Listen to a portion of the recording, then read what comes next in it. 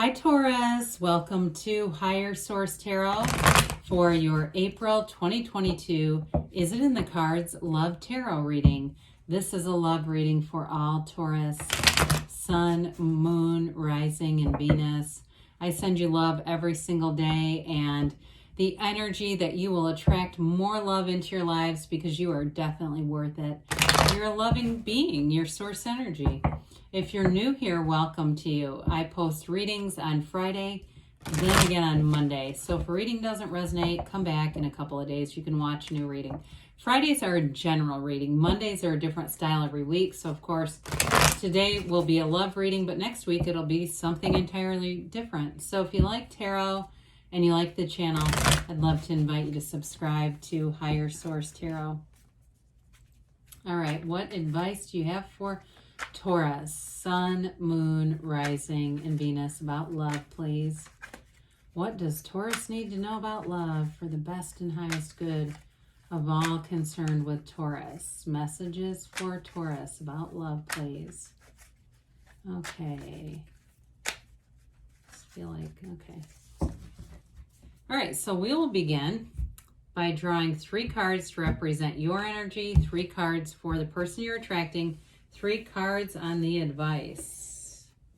Okay, there we go. All right, we've got here your energy. You've got the Fool, the 4 of Pentacles, the 6 of Cups. Their energy is the 5 of Swords, the Hanged Man, the 8 of Swords. The advice is the 3 of Cups, the Sun, and whoops, I took out 2. Now, I'll take this out because it's stuck together because we're going to use this as a clarifier since it came out. So with this 10 of Swords as a clarifier, it really is about getting over something from the past. Some of you have reconciliation or you have somebody that's going to be related to your past coming in.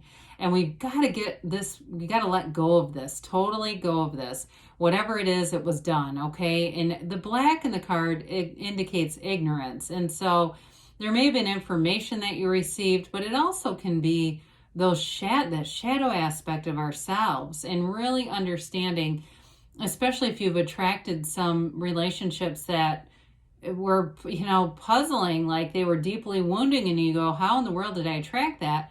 It's really about the shadow aspects, but ultimately, our shadow is our greatest guide into the light. So we want to understand it, embrace it, because when we understand the contrast, we understand what we want even better. And so with this, your energy is really wonderful. You've got the Fool here. Now, before we get into this too far, you've got Leo here. You've got 3 major arcana. That's significant when we have 9 cards, okay? Major arcana are major life events. Somebody here is going to have a change of heart. I feel like whoever you're attracting has really been through some crap, but I feel like they've learned from it, and it's time to begin. Time to begin something new. Now, 4s are about measurement, order, and classification, okay? So the 4 of Pentacles here, he is the miser of the tarot. It can be a bit of a closed-off energy, and it may be somebody that you're attracting that, even though this is in your energy, because you've got like freedom and folly and love and reciprocity, and then that 4 of Pentacles right in the middle of it, it may be also, too, for some of you, just being more judicious in who you pick. So if you instinctively can tell something is not a match, if you in the past have gone into it anyway, maybe taking on a project or 2, I don't see you doing that again. The 4s, though, like I said, they're like the 4 legs of a table. So they bring stability into your life.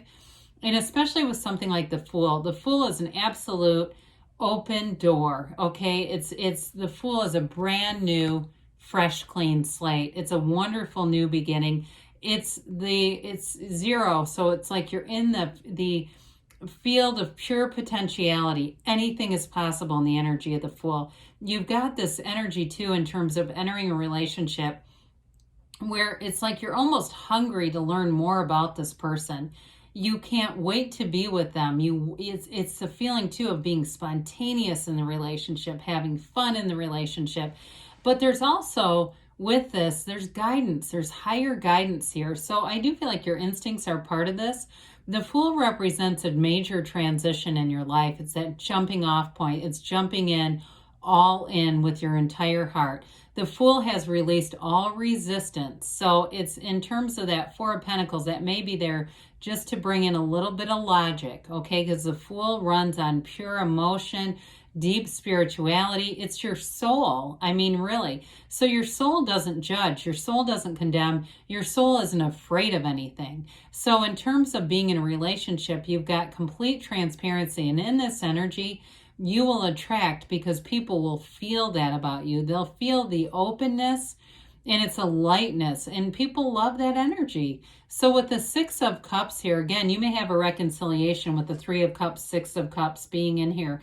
But there is real love. I mean, it's interesting too when we get down to the advice, because you have the 3 and the 4 together, which is interesting when we have 78 cards. And to have right in the middle, that punctuation right in the middle, to have the sun is really cool. But anyway, back to this. The Six of Cups can be a card of sentimental longing, of nostalgia, of, something from the past coming back. So if it's not a reconciliation, it could be, again, somebody that you've known or you have a lot in common with. So when you meet them, they'll feel like, or they'll have a lot of examples too, though. Like you'll have a lot of things that are ties, people in common, or times, places you've lived, or similarities.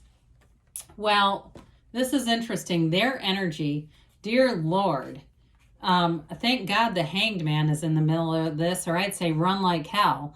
The Five of Swords, Eight of Swords combo, they were, I think, in a relationship that was damn near abusive. Maybe it was mentally. I feel like they were very confined to something. It was very restrictive, and I feel like they had a lot of guilt for leaving a situation. If there was something like a divorce and they felt like they left their kids or something like that.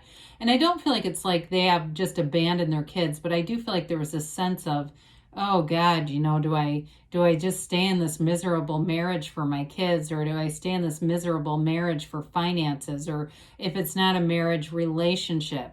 But with the Five of Swords, I feel like they moved on and they are not looking back. This is not somebody that dabbles with the axe, that has any interest in the axe. There's just a lot of pressure on them, I feel like, whatever it was. And it does feel financial to me, like they were financially in a situation. But with the Five of Swords, they've moved on for sure. And they've learned from it. The Hangman energy allows them a new perspective. The Hangman is surrender to win. The Hangman, significant numbers around the Hangman are 412, 413, 421.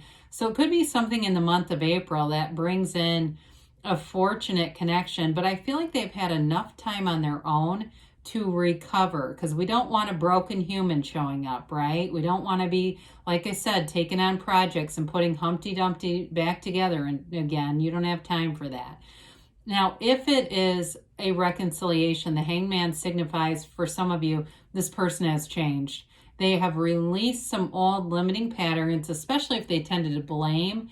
They've learned a lot, and they may have, like I said, gotten the hell beat out of them. Not maybe literally, but more in a figurative sense with this, and really got to look at themselves.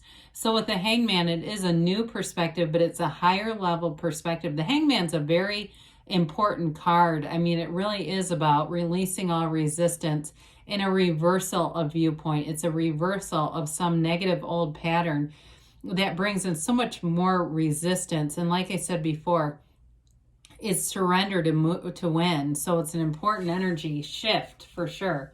Well, we love this. Now, I mentioned I got a real kick out of the 3 and 4 of Cups showing up together. So the Three of Cups is like an engagement celebration. It really is a very positive card. I think sometimes there's confusion that it means third party or something, but not in this case. Threes are multiplication, growth, and development. And the Three of Cups is wonderfully celebratory. It's joy, it's happiness, it's bringing things together.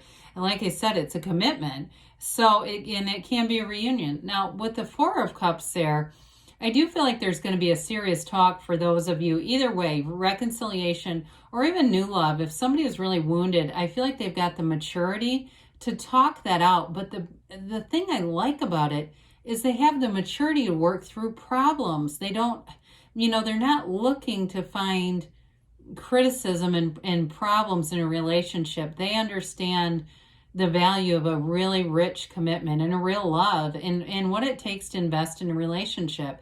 So again, I do feel like that 4 is more about stability than anything else. So the Sun is pure joy. It's true happiness. It's synergy. You have an absolute magnetism with this person, and you are energetically connected already. So if it's somebody that you've already been with, you're already together. You're still connected. They think of you. They feel you. They sense you. They go into situations and they think you would like this, or they think of you even when they haven't wanted to, no offense, but when they were trying to get over this. Others of you, though, even with a new relationship, the sunflowers point towards the sun when the sun is up, but when the sun goes down, they point towards one another because they're always energetically connected. And so again, you've got this energy match, and that's what it's all about when we attract, is lining up the energy. So I feel like there's a gentleness in this. The advice is like being gentle with each other, being kind, being loving, and that's where you're going to attract. So let's see here what the angels have to say for you, Taurus. Okay. What does Taurus need to know about love, please? Love messages for Taurus, please. All right. So we have here improving health. We got that before. Mind, body, spirit. We know that. Now they say ask your angels. Ask and they'll tell you. Ask for help from others. Get to ask. That's one of the biggest things we don't do, is the asking piece of all this. Now they're saying not the right time. Okay, so if it's reconciliation, it may just be about having fun in the meantime, but allowing the energy to align. It may just be saying, just keep being in this energy of the Fool and it will line up, because they give you a yes. Okay, so they're saying, yes, things are moving forward because you create your own reality. So allow the universe. The universe has perfect timing, Taurus. Love is here for you. Yes, it's in the cards. I love you too, and I'll be back again soon.